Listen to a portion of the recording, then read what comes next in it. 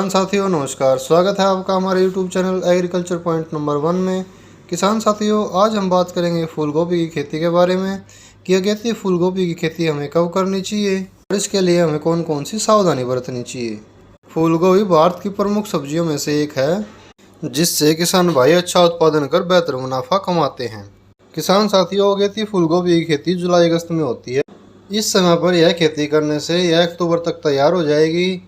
अब बात करते हैं किसान साथियों, फूल गोभी की खेती के लिए कौन कौन से बीजों का प्रयोग करना चाहिए, इसके लिए कैसी मिट्टी होनी चाहिए, किस किस फर्टिलाइजर का प्रयोग करना चाहिए। सबसे पहले किसान साथियों, आपको नर्सरी तैयार करनी पड़ेगी। अगर आप नर्सरी तैयार करने जा रहे हैं तो इसको तैयार करते समय आपको कुछ सावधानियां भी रखनी पड़ेंगी। सबसे पहले अच्छी क्वालिटी के बीजों का चयन करना होगा। किसान साथियों, आप किसी भी कंपनी का अच्छा हाइब्रिड बीज प्रयोग कर सकते हैं। बीज की बात करें तो एडवांटा कंपनी का सुपर सिगरागे नाम से बीज आता है। दूसरा सिजेंटा कंपनी का है CFL 1522। एक और वैरायटी है सिजेंटा कंपनी की है जो है CFL 6099। लेकिन आपको किसान साथियों अपने क्षेत्र के हिसाब से ही किसी भी हाइब्रिड बीज का चयन करना है। 1 एकड़ खेत में बुआई के लिए 180 से 200 ग्राम बीज की आपको नर्सरी तैयार करनी है। नर्सरी तैयार करने के बाद बात आती है किसान साथियों खेत की। आपने अपने खेत में गोबर की खाद, जिसे देसी खाद कहते हैं, कम से कम 3 से 4 ट्रॉली अपने खेत में डालनी है। उसके बाद खेत की अच्छे से जुताई करनी है। किसान साथियों, खेत की अच्छे से जुताई करने के बाद आपको फर्टिलाइज़र का प्रयोग करना है। अब बात करते हैं इसमें कौन कौन से फर्टिलाइज़र डालने हैं। इसमें आपको 1 bag DAP, 1 bag SSP, 20 kg urea और 25 से 30 kg म्यूरेट ऑफ पोटास, इन सब को मिलाकर आप अपने खेत में डाल दें। नाइट्रोजन यानी यूरिया को हमने 3 बार अपने खेत में डालना है।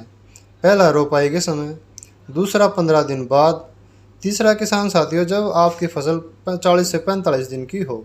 इसके बाद किसान साथियों आपको अपने खेत में मेड़ निकालनी है और मेड़ निकालने के बाद आपको अपने खेत की सिंचाई कर देनी है। सिंचाई करने के बाद किसान साथियों आपको एक और काम करना है।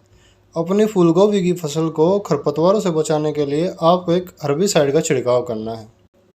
यह हर्बिसाइड दोस्त के नाम से आता है। यह UPL कंपनी का है।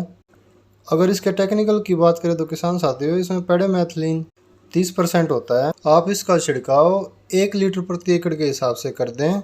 इसके बाद किसान साथियों अपनी फूलगोभी की फसल को फंगस और फफूंदी रोगों से बचाने के लिए जब आप पौधशाला से पौध को उखाड़ रहे हों उस समय किसी फंगीसाइड का प्रयोग कर सकते हैं। 100 से 150 ग्राम फंगीसाइड लेकर उसका घोल बना लें और पौध को जड़ों तक उस घोल में डुबा दें और फिर उसे उस घोल से बाहर निकाल कर प्लांटेशन कर दें। और प्लांटेशन का समय हमेशा किसान साथियों आपको शाम का ही रखना है। शाम के समय ही आप प्लांटेशन करें, इससे पौध के मरने के चांसेस बहुत ही कम हो जाते हैं।